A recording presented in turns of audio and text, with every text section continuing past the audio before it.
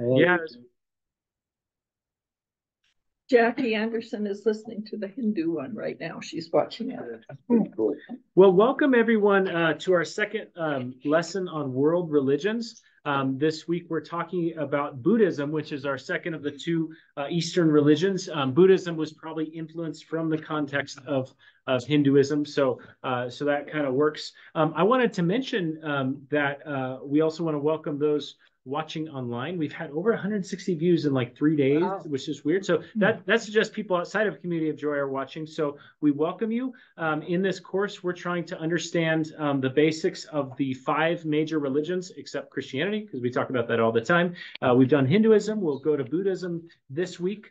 We're trying to understand them from their own perspective as much as you can, with big, broad traditions and sometimes mentioning different forms, and tell their story as well as we can from research on how they would tell their own story and what they believe in. I also want to mention that I'm a Christian leader teaching at a Christian community. And so one of the things we're also doing is comparing and contrasting beliefs from a Christian perspective. So obviously we won't be able to teach from the perspective of being a Buddhist, but there are lots of other videos like that online. So I encourage you to go look, seek those out as well. But welcome again to the course. I'm going to start with a quote from one of the sacred writings, one of the sutras of Buddhism, that kind of gives you a little bit of a feel for Buddhism. The Buddha says, "How blissful it is for one who has nothing. Attainers of wisdom are people with nothing. See him suffering, one who has something, a person bound in mind with people." So that idea of seeking more nothingness and detaching, you start to hear there. Like last week, we're going to begin with a video that gives us a good basics on Buddhism to start out with. So, yeah. Look behind you. There's no signal. No signal. No signal. Yeah, I think. Okay. Oh, we're missing a cord. That will help.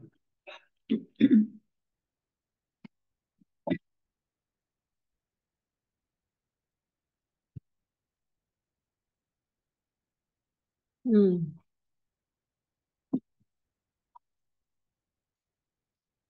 right. There we are.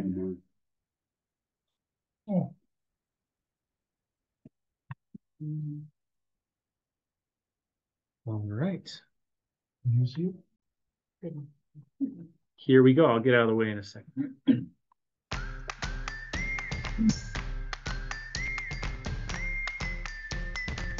Buddhism emerged in India based on the teachings of Siddhartha Gautama approximately 2,500 years ago. I typically read my students the book called The Prince Who Ran Away. It's a children's book. It helps them understand the basics of the story of how Buddhism began. On a night more than 2,000 years ago, a prince was born in India. He would have been the most powerful Raja, or king, in all the world. When he was born, the wisest Brahmin in the land predicted that if the baby ever left the palace, all the suffering he sees in the world would make him suffer, and he would be too compassionate to bear it. So his dad does what any powerful rich dad does. He shelters his child and vows that he can never leave the palace. Permanent house arrest. But eventually that plan fell apart. You see, his dad allows him to go to a new park that he built. Side note, remember kings show they are powerful by building big stuff? This is a case in point. So while he rides to this new park, he sees an old man, a sick person, and a funeral procession, and he experienced the reality of suffering for the first time. He just couldn't get away from it. It was everywhere once he realized. So it was his new mission in life to find a way to end suffering. And so this led Siddhartha to the great Bodhi tree, where, while meditating, he found enlightenment and achieved nirvana, the peace that triumphs over suffering. All these realities he found within himself and in his mind, not through a god or a deity. He then became known as the Buddha and taught his way to end suffering to all those who wished to learn. So while this is a children's book that tells the story, it does capture the historical story and the beliefs of Buddhism. In regards to gods and deities, traditional Buddhism is rather atheistic. It doesn't focus on the need for a god, but rather revolves around people finding truth within them. Let's break down some major beliefs about Buddhism. Again, more vocab for you to know, so get ready.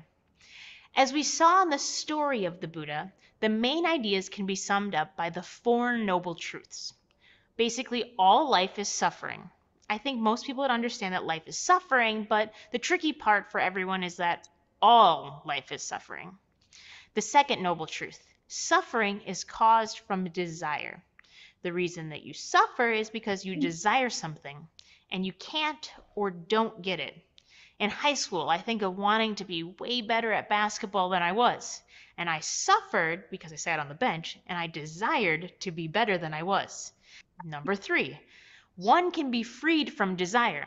While I may be making this too simple, I can't get over the suffering because basically I was desiring basketball skills that I did not have. So I should stop desiring them. So how do you do that? How does one merely stop desiring? Noble Truth 4. One is freed from desire by following the Eightfold Path. Now, the Eightfold Path includes things like right understanding and right thought, right speech, action, livelihood, effort, mindfulness, and concentration. You don't need to write all those down, but just know that the Eightfold Path focuses on ethical living, mental discipline, and wisdom. It's not really a checklist to follow in order, but summarizes the how to overcome the desire, and in the end, you will overcome suffering.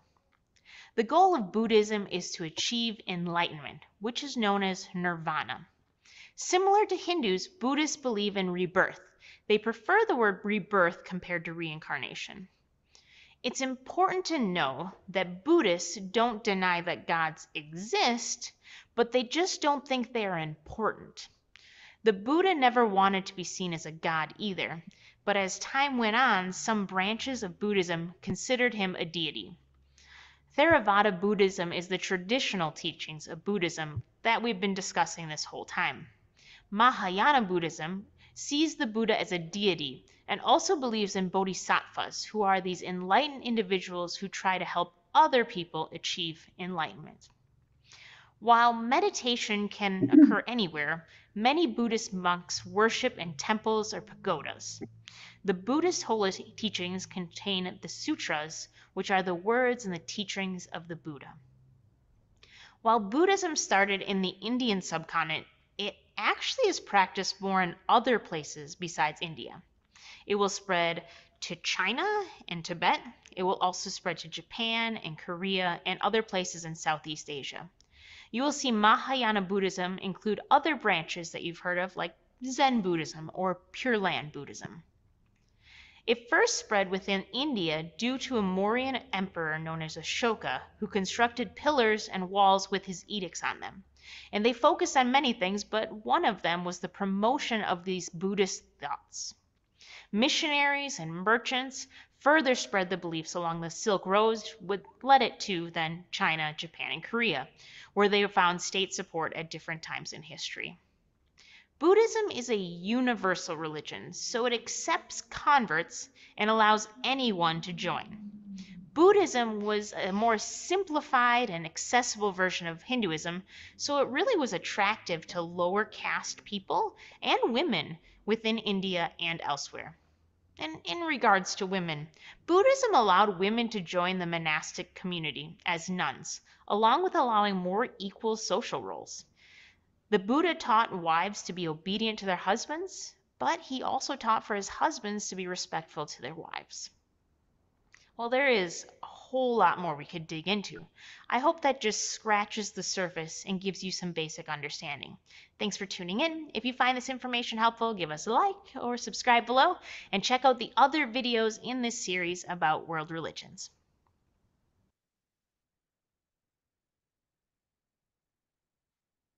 Great. She does a great job of kind of sharing the basics.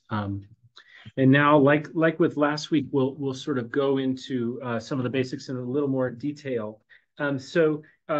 The origins. It was founded in modern day, they say India, though actually probably closer to Nepal, about 2,500 years ago, based on the teachings of the original Buddha, who is known as Siddhartha Gautama. Buddha is not a name, it's the title, kind of like Jesus Christ. Christ is not Jesus's last name, it's the anointed one. Buddha means the enlightened one. So a very similar kind of concept. Today, as she shared, it's largest in places of East Asia, especially Southeast Asia. By far, the most Buddhists are in China and in some of those countries along that southern peninsula where you have high numbers of Buddhists and high proportion of Buddhists. Interestingly, in another video I watched, they mentioned that most other places in the world, it's less than 1% or so. So the vast majority in Asia. A summary statement. The goal of Buddhism is to be liberated from suffering and the endless cycle of rebirth. If you were with us last week, you remember the cycle of rebirth, and that makes a reappearance here. And you achieve that through nirvana, which is sort of the Buddhist version of what we talked about in Hinduism, moksha. Excuse me, Paul. Yes. Is YouTube still on? It is, but there's no one on the call with us, so we're just using it to record. Lori was going to try to look at it, but that's okay. Let me turn it on. That way, if someone gets on and I don't see it, yeah, you can tell me. What she said she wanted to watch it on YouTube. Yeah, and she could catch it later because we'll post it on there. Sorry. No problem. So you're escaping the suffering of your life, which comes through the endless cycle of rebirth. And when you accomplish that, it's called nirvana. And this is accomplished in terms of the how. You accomplish it by letting go of all desires and attachments, which leads one to enlightenment, which again is described as nirvana.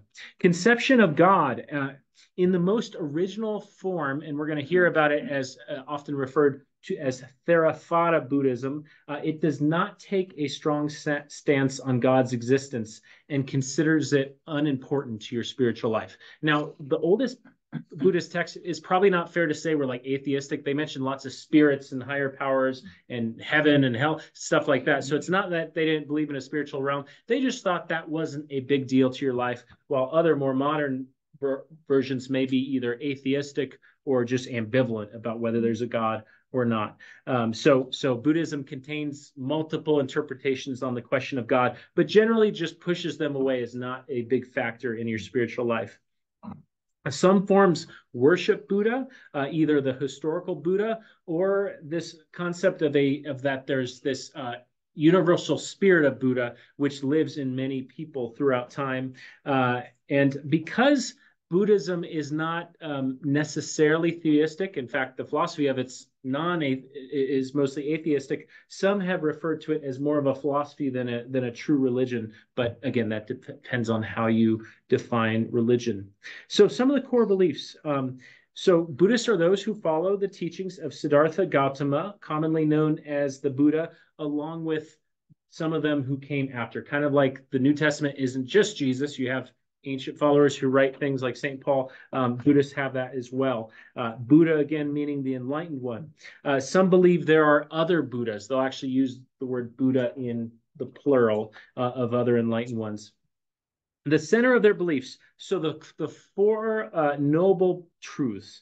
And that centers on the first one is that life is suffering. Which the word for that is dukkha.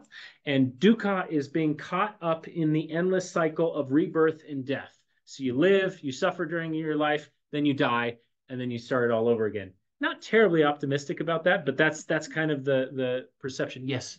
Do they mean that all beings who are alive suffer at some point, or is it more that while anyone is alive, their entire existence will be suffering? I think Buddhism is going to a little bit depend on the school of Buddhism. Some of them are more focused on avoid suffering through just sheer detachment. Some of them are a little more focused on you live out kindness and compassion to kind of counteract it. But I would say all forms would say ultimately it is your desire that leads to your suffering. And so everything that your life consists of until you become enlightened in some sense contributes to your suffering. And so in the end, yes, everything in your life that's not detaching, that's not meditation and shutting down your desire is part of your suffering, even good things. And we'll talk about that a little more. He doesn't ever demonize people as like, it's not like he's saying people are worthless and trash. It's more like people are valuable. And that's why it's so tragic that we have this suffering.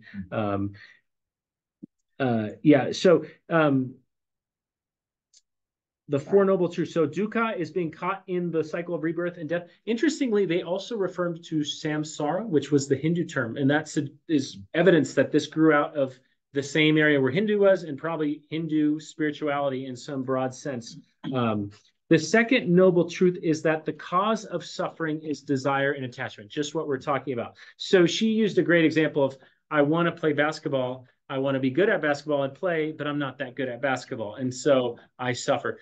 You could even do it if you're Michael Jordan. I'm good at basketball, and then I get old and it leaves me. I fall in love.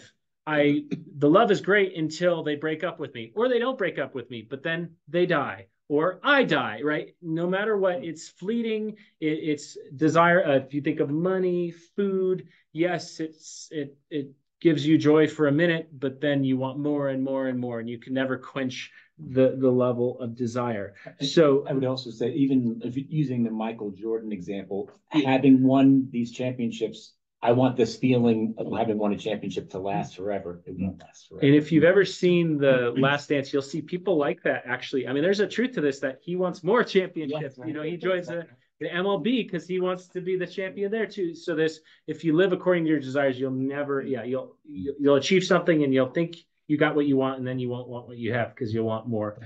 So they're either unquestionable or fleeting. They'll leave you eventually, or you'll leave them. Noble Truth 3, therefore liberation from suffering, i.e. nirvana, comes with letting go of desires and attachments. So easy enough. And then Noble Truth 4 is that there is a path which leads away from desire and attachment, which leads to our suffering. And this is called the Eightfold Path, or the middle way. Now, in this video, she didn't go into it. It was kind of the kids' version, but the fuller story of the Buddha is he goes off, he has a family, and he leaves them, and he says, he sees some suffering when he leaves his castle, and he's like, I got to figure out the way to avoid suffering. And initially, he beds in with these ascetic monastic types who are off living in the forest, and they're just like eating seeds, and they're detaching from all pleasure. And it's like this extreme asceticism. He does it for a long while. And then eventually he has this breakthrough where he says, yes, detached, but I don't need to totally beat myself up to find this. And he has some rice with coconut milk in it. And he devises this middle way, which we were about to talk about. But the middle is to do with, he sees the prevailing attitude of just go enjoy yourself as this sort of reckless decadence, which isn't good spiritually. But then he looks at his ascetical life and says, you don't have to go that far either. You don't have to give up all pleasure. And so that's what the middle way is. Though we'll see, there's actually still some asceticism to this middle way as well. The Eightfold Path is right view, which is having a moral understanding of the world. Number 2, right intention, which is having good intentions in our actions. Right 3 is right speech, using your words in ways that are moral. Number 4 is right action, acting in a way that is good. Number 5 is right livelihood, making a living in ways that are not immoral. Number 6 is right effort, so giving our whole selves, our whole will to following the middle way. Number 7 is right mindfulness, so that has to do with living in the moment, not being distracted by the future or the past.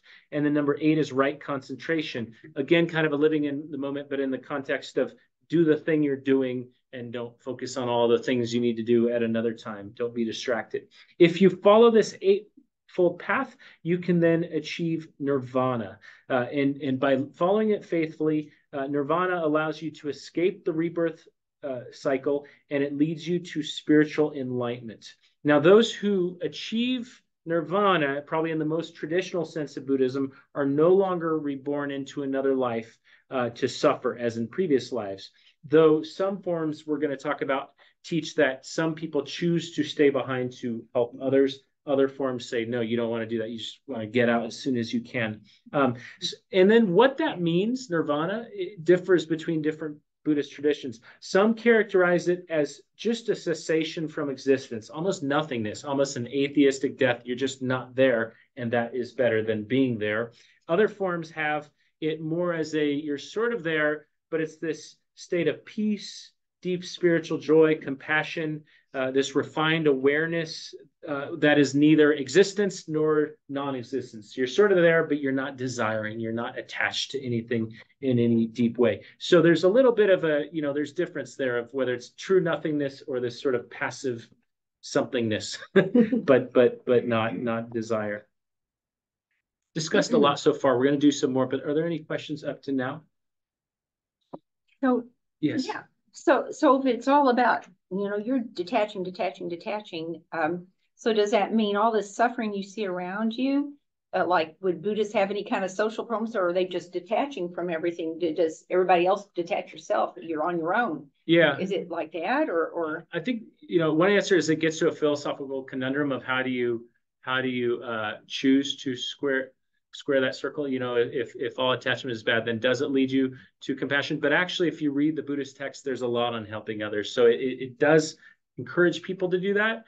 But some forms are a little bit more in the helping others is simply encouraging them to do the spiritual path we're doing it yourself so that other people will do it. This is the more monastic form, which we're going to talk about in a little bit. And then other types are a little bit more into, it looks like compassion. It looks like helping the poor. The Buddha did talk about that, but there is sort of that tension of like, well, but isn't detachment just not being worried about helping others as well? But Yeah. that's not It sort of seems the like main... it's inherently anti-community if you're just, But if you're following the Eightfold Path, when it talks about the right action, Okay. the right effort, wouldn't that?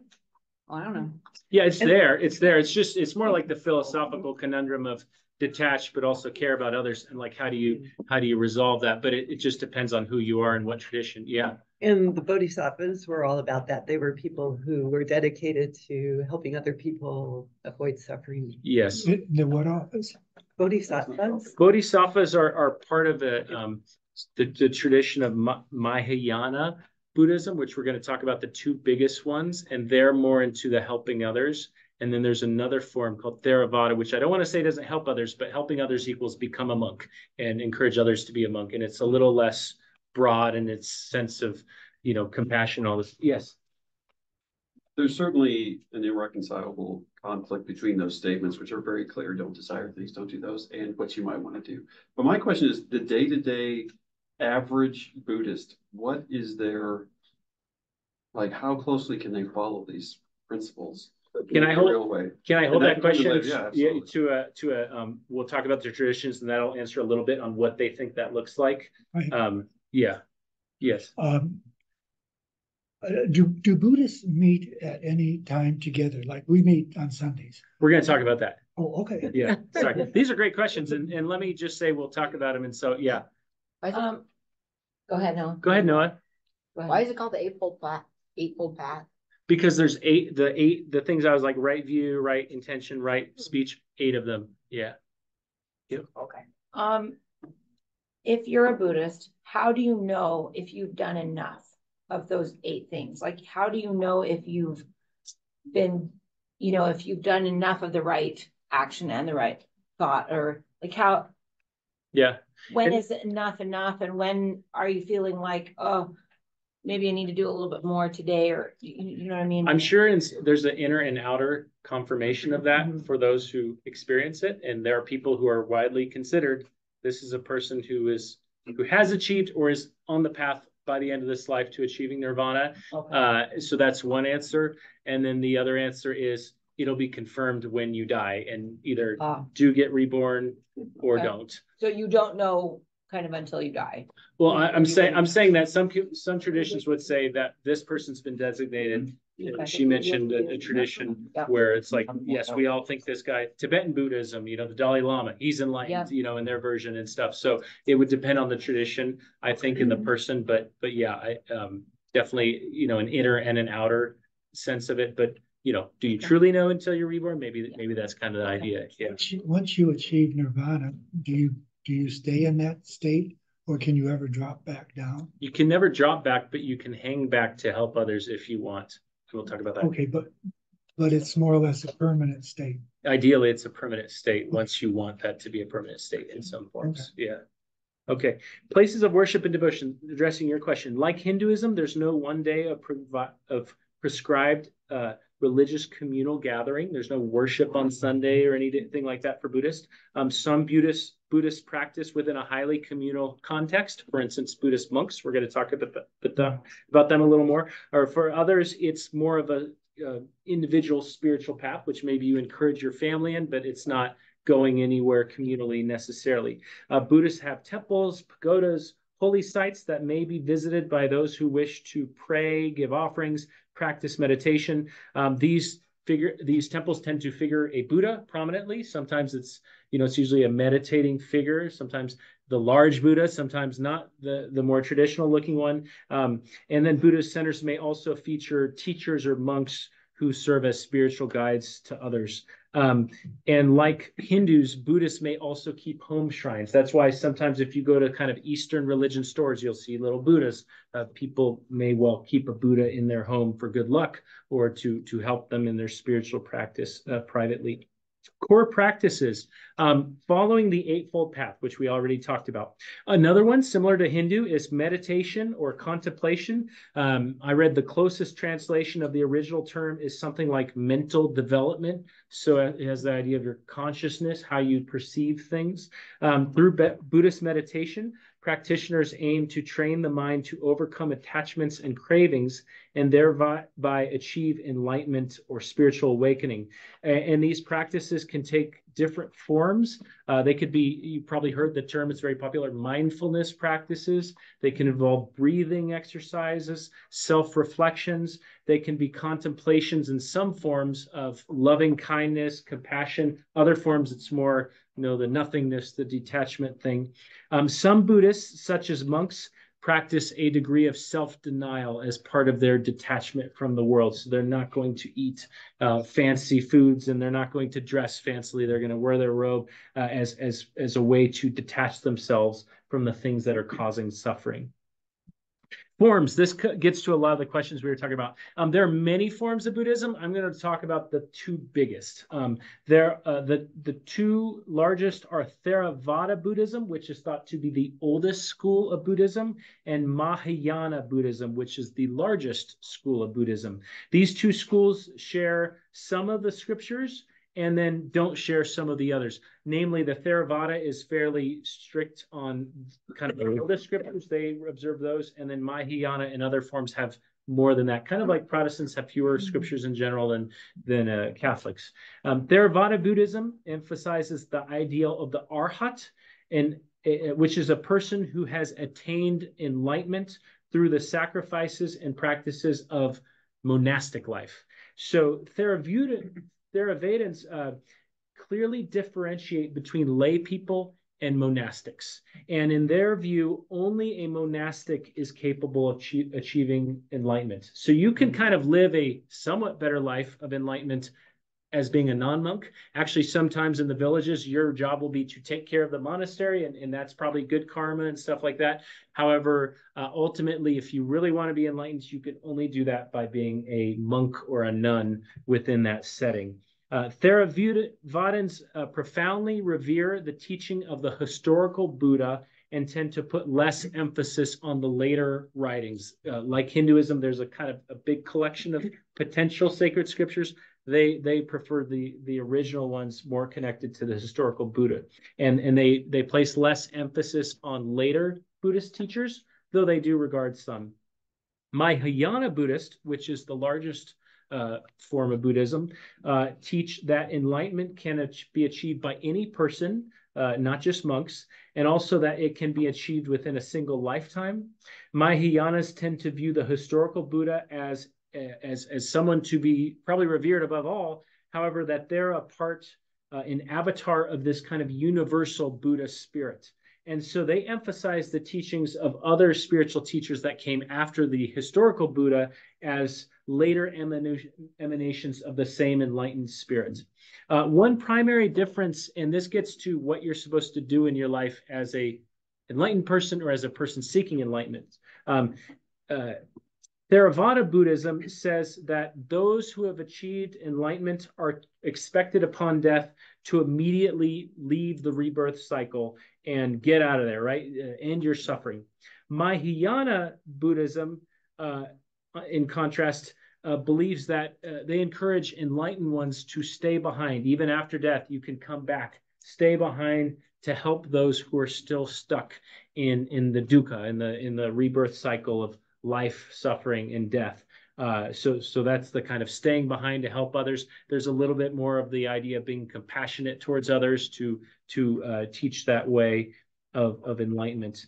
And then I want to mention, along with these two more traditional forms, and there are some others that I didn't mention, in our own culture, forms of modern Buddhism philosophy are also quite popular among atheists and like materialistic types, because it potentially offers a spirituality without reference to God, without reference to the supernatural, though actually the original texts do have reference to the supernatural, but some people kind of take what they like and leave the rest. An example, there's a very famous atheist writer named Sam Harris who describes himself as an atheist Buddhist. He actually created a meditation app for people. So it kind of is big in that world, because here's your religion without your God and your supernatural stuff. I'm going to do one more section, and then we'll end with a section on scripture and a comparison, contrast to Jesus and Buddha. Writings and scripture. Like most religious traditions, Buddhist teaching for the first while were just oral transmissions, right? Just people sharing the stories of Buddha through spoken form. Probably a few hundred years after the historical Buddha, these traditions were written down, and that formed some of the original sacred writings of Buddhism. Within Buddhism, the most ancient and widely observed collection of sacred writings is known as the Pali Canon, also known as the Three Baskets. This is the scriptures that the Theravadins only read, and then other forms have these and others as well. The Three Baskets are the Vinaya Pitaka. By the way, forgive me for bad pronunciation for those who know what they're talking about, which is the basket of discipline. And this is basically monastic texts, but describing the rules of Theravada monasteries, which are still mostly followed today. Sutra Pitaka, which is the basket of discourse. This is 5 collections of the sayings of Buddha, the teachings of Buddha, so a little more theological. And then Abhidhamma Pitaka, which is the basket of special doctrine, which is more monastic teachings and rules and doctrines. And then beyond that, you get lots of other writings from later ones who some traditions consider are also the spirit and teaching of the Buddhas throughout time. Let me stop there, and then we'll do our last section. Any questions from those last few areas? Is there, do they have something like, we have a Bible, do they have something like that which kind of gives a history or what things are should be? So the thing I just described would be the most widely observed scripture, and I'd say the Buddhist thing, it has the story of the Buddha, but also the sayings. This is very much into their wisdom saying kind of thing, kind of like some of the wisdom writings in scripture, where you get these sort of sayings that are thought to be wise, whether the Psalms or Proverbs was like, thank you, Proverbs, yeah. Okay. So there is something that can be read. The things I'm just talking about, the baskets, are scriptures. They're books, yeah. And there's the narrow one, and then there's many wider versions of that which have more books. Not that it matters, but if you get to nirvana and you decide to hang around and help others, does that mean you're suffering less while you're here? Yeah, that's a good. Well, I guess if you're in nirvana, you're more detached and more. So you don't notice. So you're not going to take it as personally, I guess. Yeah. Okay. You're not going to suffer through the. Yeah. So is it you keep being reborn until you learn your lesson? Yeah, essentially. Oh, by the way, I wanted to pass this. It's just some pictures of, it's kind of a Buddhist temple shrine, and the monks doing their thing. So I'll just pass that around so you can kind of see visually what some of that looks like. Yeah, you keep on being very similar to the Hinduism thing we talked about. You keep on being reborn until you reach enlightenment, or not. You know, it's up to you. Until you figure it out. So you figure it out. Yeah, exactly. Was Yep. Confucius considered a Buddhist? No, that's a separate A whole tradition, different thing, which is okay. almost more of a cultural thing with religious undertones, but that's a kind of a Chinese culture tradition. Yeah. Okay, the last one I'm going to do is I'm going to do some scriptural readings from the Buddha, but I'm going to specifically do it by way of, there's a lot of similarity between Jesus and Buddhist teachings, and then also some striking differences. And so I want to acknowledge those similarities, and a lot of people who have kind of been Christian and then also appreciate Buddhism have kind of pointed to these as very interesting, because Buddha was probably a few hundred years before Jesus. So you can see this kind of sense of, there are sometimes these universal ideas of faith and wisdom, which are helpful, but then we're also going to see some non-universal ideas, which are very different, some of which we've talked about, but we'll get into a little bit. The children's book. The children's book, yes. It was almost like birth of Jesus. There's some similarity, yeah. The nativity there. Yeah. Yeah. Yes. So here's some comparisons. So the golden rule, in which we know of Jesus. Here's a Buddhist saying, and then we'll do the Jesus saying. Buddha says, the thing that is disliked by me is also disliked by others. Since I dislike this thing, how can I inflict it on someone else? Jesus says, do unto others as you would have them do unto you. It's quite a similar teaching, right? Letting go of earthly attachments. Buddha says there is no fear for one whose mind is not filled with desires. Jesus says, whoever wants to be my disciples must deny themselves and take up their cross and follow me. Again, there's a basic sense of some amount of letting go, though that probably pans out in slightly different ways. Not judging. Buddha says, let none find fault with others. Let none see the omissions and commissions of others, but let one see one's own acts, done and undone. Jesus famously says, do not judge, or you too will be judged. Why do you look at the speck of sawdust in your brother's eye and pay no attention to the plank in your own? Practicing compassion. Buddha says, give even if you only have a little. Jesus says, give to the one who asks of you, and do not turn away from the one who wants to borrow from you. And then lastly, being peaceful towards the world and its life. Buddha says, one is not called noble who harms living beings. By not harming living beings, one is called noble.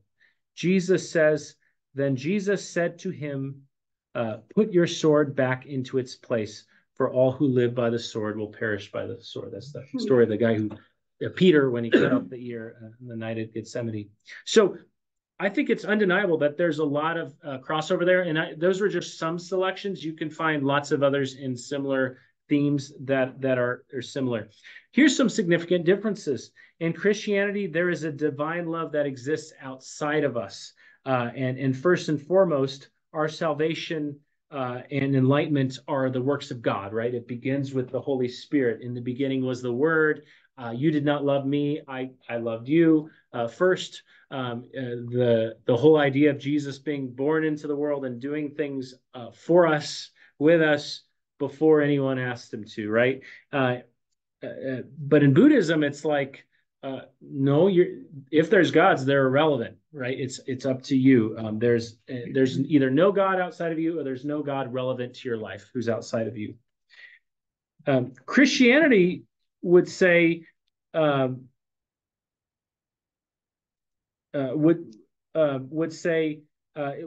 you know that famous saying of, is it better to have loved and lost, or never have loved at all? How would Buddhism answer that? Better not to love. Better not to have loved. Right. We would say better to have loved, even if the love dies. That's kind of the story of Jesus, and it gets resurrected.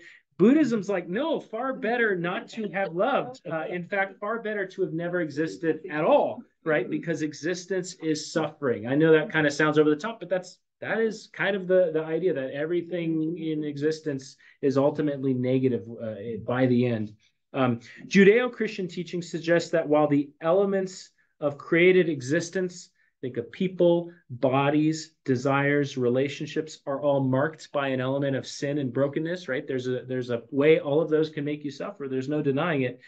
It is all inherently good. What does the first few chapters of Genesis say? You know, God creates it. Okay, there's a God, and God says that it's good and at least capable, if not always doing, capable of reflecting God's goodness. You think of some of the Psalms, let the earth and the hills sing to the Lord. You know, they proclaim the Lord's goodness. Buddhism, meanwhile, is inherently pessimistic take on existence, right? Attachment is suffering, relationships are fleeting, desires are inherently problematic. So we would say desires can be problematic, but also your desire for God, your desire to love can be beautiful, right? So not all of it's bad. And then lastly, view of salvation. Because of all these things we've mentioned, they have very different conceptions of salvation. Christianity imagines salvation in terms of renewal and reconciliation between God and all things, right? A sense of deep communion and profound, so actually the opposite of detachment, profound closeness to God's reality. Buddhism imagines salvation in terms of an escape from all things, entering nothingness in some forms, or some sort of something, but it's profoundly disconnected.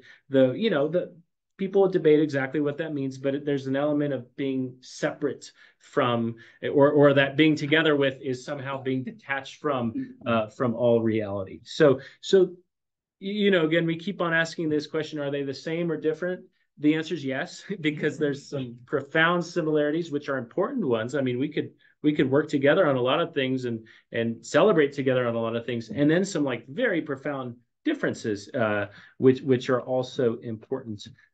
So that is the presentation for this week. I just wanted to, as we did last week, open it up for any questions, discussion, thoughts, on any of that.